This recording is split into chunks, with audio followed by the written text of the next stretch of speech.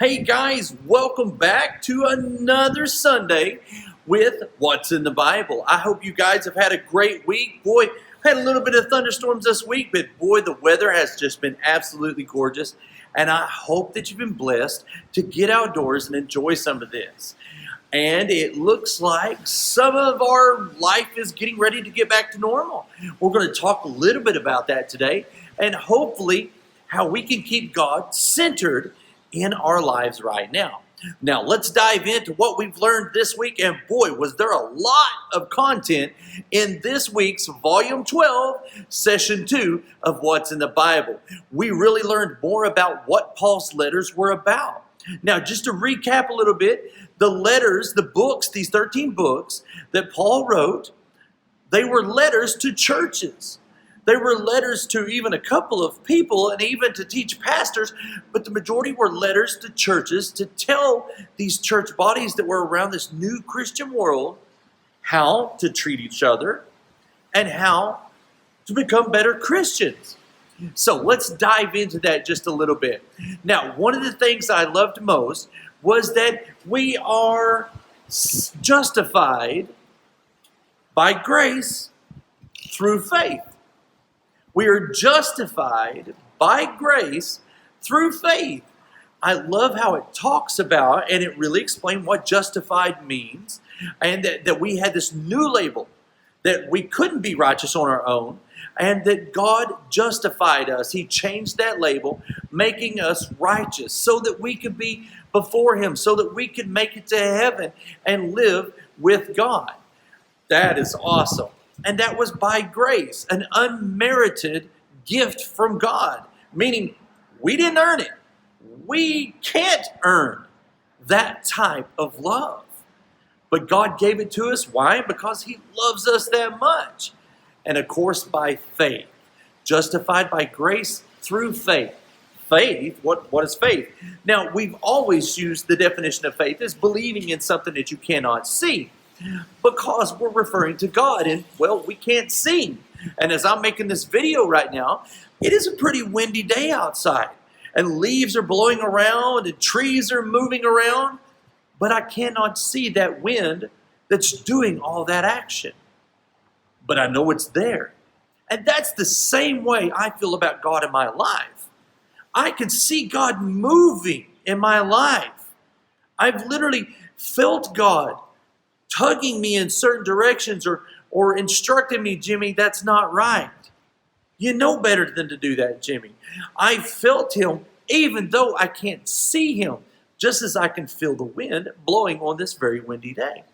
You see, we're justified by that free grace, that unmerited grace, that love of God. And it's all through faith in His Son, the belief in His Son, that He died on that cross for me and for you. And we're justified through that. Now, I really loved one of the little characters in the airplane, right? I forget his name. I'm sorry. The little guy in the front flying the plane. I loved his question. And it's a question that a lot of children and adults have. Well, if I'm justified, if I'm saved, and all my sins are washed away, Jimmy, why should I even try to be good? What's the point in trying hard if I'm already justified because I have this faith in Christ? Well, they had a really good answer to that, guys. And let's go over that just real briefly. You see, when you have faith in Christ, when you've invited God into your life, God's love is going to start moving and working in you. And through God's love and through Jesus, that love is going to change our lives. Not so that we have to do the right thing, but that we start wanting to do the right thing. That we find love and encouragement and excitement out of doing the right things and helping others, the fruits of the Spirit. I'm going to share a real quick story with you about someone that many of you know. His name is Mr. Dean Stone. He is the owner of Cornerstone Kids Ranch down in Ada. We go to ranch camp there, and he's the former children's pastor at Cross Point Church. And he's also one of my dearest friends and even brothers. I love Mr. Dean so much.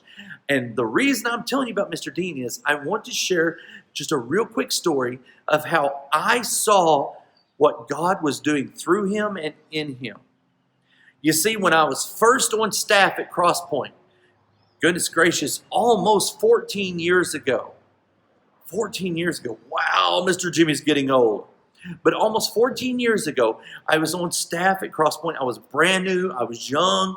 And I had grown up in a world where to be a man, you couldn't be wrong. You didn't admit fault. You just didn't do it. And if you did admit fault, you better have a really good reason, and you better be a tough guy about it. I had been working in even oil fields and big feed mills where you had to lift these big sacks of feed, and all the guys around me were way older than me and big, burly, tough guys. And boy, they talked like sailors. Not all of them, but the majority of them. So to fit in, of course, you want to act like them and be like them, right? And you don't want to show weakness. Well, that all comes from pride. Pride is a fruit of the sinful nature. And boy, I had grown a lot in that. I had had that in my life a lot. And I remember sitting in a staff meeting one day, and I'm looking at a guy that I admire a lot and that's a close friend to me. And I don't even remember the situation, but something had come up or happened. And Mr. Dean just looked our head pastor in the eyes and said, "You know what, brother? That's my fault. I'm sorry about that. I am sorry about that, and I'll do what I can to fix that problem." And my first instinct was, oh my goodness, why are you showing weakness? That wasn't weakness he was doing. That wasn't showing weakness. That was showing love and compassion and power. And what happened was the frustration that was in the room at that moment, it completely disappeared. You see, by using God's fruit of the Spirit, humbleness and kindness and humility and just the gentleness, the way he presented it, all of the frustrations that had been there at that point went away, completely went away. And those people in that room, they didn't think less of my friend Dean. No, they thought more of him. You see, he had humbled himself, he admitted wrong, and he took it and he owned it. He humbled himself and he used these fruits of the Spirit that he had grown with in Christ. I learned something that day, guys. I learned that if I will humble myself and I will try to live with those fruits of the Spirit that God tells us about, gentleness, kindness, self-control, if I would start applying those in my life more and quit worrying about what others thought and having pride, I would become not just closer to God, but I would become stronger in his kingdom. That was a very powerful lesson for me. I hope it means something to you as well. And you know, guys, I am very encouraged in today's world that we are about to be able to take this message back out into this beautiful world that God has given to us. You know, this weekend, things are starting to open back up. It's May 1st now. We're on May 3rd now. And restaurants are getting to where they're starting to be able to open back up, at least in surrounding cities. They're being able to get back into stores and start to be able to shop. We're being able to go back to movie theaters. Our freedoms are coming back. Sports leagues are going to start coming back very soon.